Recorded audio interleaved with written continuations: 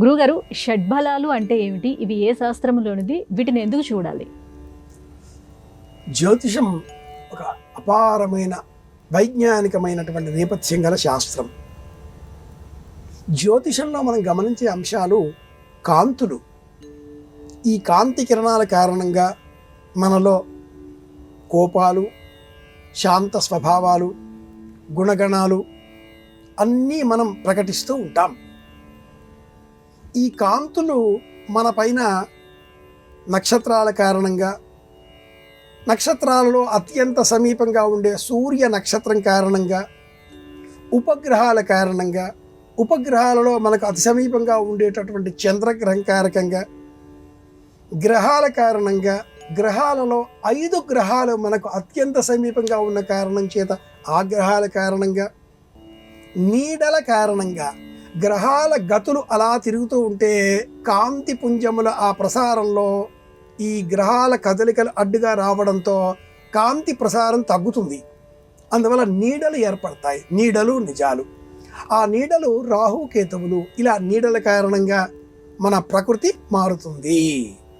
ఇది గుర్తించిన ఈ కాంతి విజ్ఞానం, జ్యోతిర్ విజ్ఞానం మారే ఈ కాంతి పుంజముల వేగాన్ని, నీడలను పరిశీలించి ఆయా గ్రహాల పేరిట 6 విధాలుగా బలాలు నిర్ణయించాలి అంటూ తెలియజేస్తుంది. జ్యోతిర్విజ్ఞానంలో వీటికే షట్ బలములు అని పేరు. కాల బలం. కొన్ని గ్రహాలు రాత్రిపూట బలం కలిగి ఉంటాయి. శని, శుక్రుడు ఇలాంటివి. కొన్ని గ్రహాలు ఉదయం పూట బలం కలిగి ఉంటాయి. గురువు, రవి. కొన్ని గ్రహాలు ఉదయం రాత్రి 2 పూటలా బలం కలిగి ఉంటాయి. బుధుడు ఇందులో ఒకటి. ఇది కాలబలం. దిక్బలం. ఏ గ్రహం ఏ దిక్కున ఉందో దిగ్బలం. చేష్టాబలం. సూర్యుడికి దగ్గరగా ఉందా, దూరంగా ఉందా, వక్రించి ఉందా, అస్తంగత్వం పొంది ఉందా, చాలా దూరంగా ఉందా. ఇలా స్థాన బలం. కుండలిలో ఎక్కడ ఏ భావంలో ఉంది, ఏ భావాన్ని ప్రకోపింపచేసే విధంగా ప్రవర్తిస్తున్నది. దిగ్బలం, దిశాబలం, స్థానబలం, చేష్టాబలం, కాలబలం.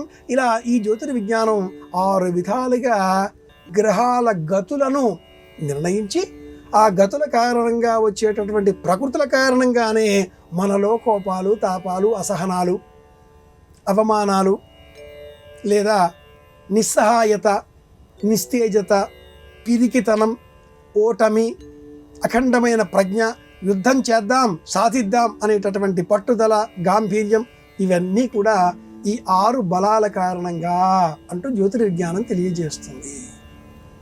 దిశా బలంలో కూడా మనం అత్యంత బలం కల గ్రహం రవిగ్రహం కాగా, అత్యల్పమైన బలం కల గ్రహం శని గ్రహం. ఇది కూడా చూడాలి. ఇందులో మళ్ళీ దిక్కులు అన్నప్పుడు వాటికి కొన్ని దృక్కులు కూడా ఉంటాయి. ఏ దిక్కులో ఉంది అది వేరే, ఎవరిని చూస్తున్నది, ఏ భావాన్ని చూస్తున్నది, ఇది దృక్బలం, ఇది వేరే. 6 దృగ్బలం కూడా ఒకటి. పశ్యంతి సప్తమాత్ సర్వే శనిజీవ కుజః పునః విశేషతశ్చ త్రిదశగః. ఇలా కొన్ని శ్లోకాలు త్రికోణ చతురస్రగాను ఈ గ్రహాల దిక్కులను దృక్కుల రూపంలో మనం చెప్తూ ఉంటాయి. అన్ని గ్రహాలు తామున్న స్థానానికి 7వ ఇల్లు 180 డిగ్రీలు చూస్తూ ఉండగా, విశేషంగా గురువు 5, 9 స్థానాలు, శని 3, 10 స్థానాలు, కుజుడు 4, 8 స్థానాలు వీటిని చూస్తుంటారు అని కూడా జ్యోతిర్విజ్ఞానం తెలియజేస్తుంది. షడ్బలాలు అనేది ప్రాథమికంగా జ్యోతిర్విజ్ఞానానికి సంబంధించిన అంశం. విశేషమైన ప్రతిభతో వీటిని పరిశీలిస్తే జాతకాన్ని సరిగ్గా మనం అంచనా వేయగలుగుతాం. ఇది విషయం.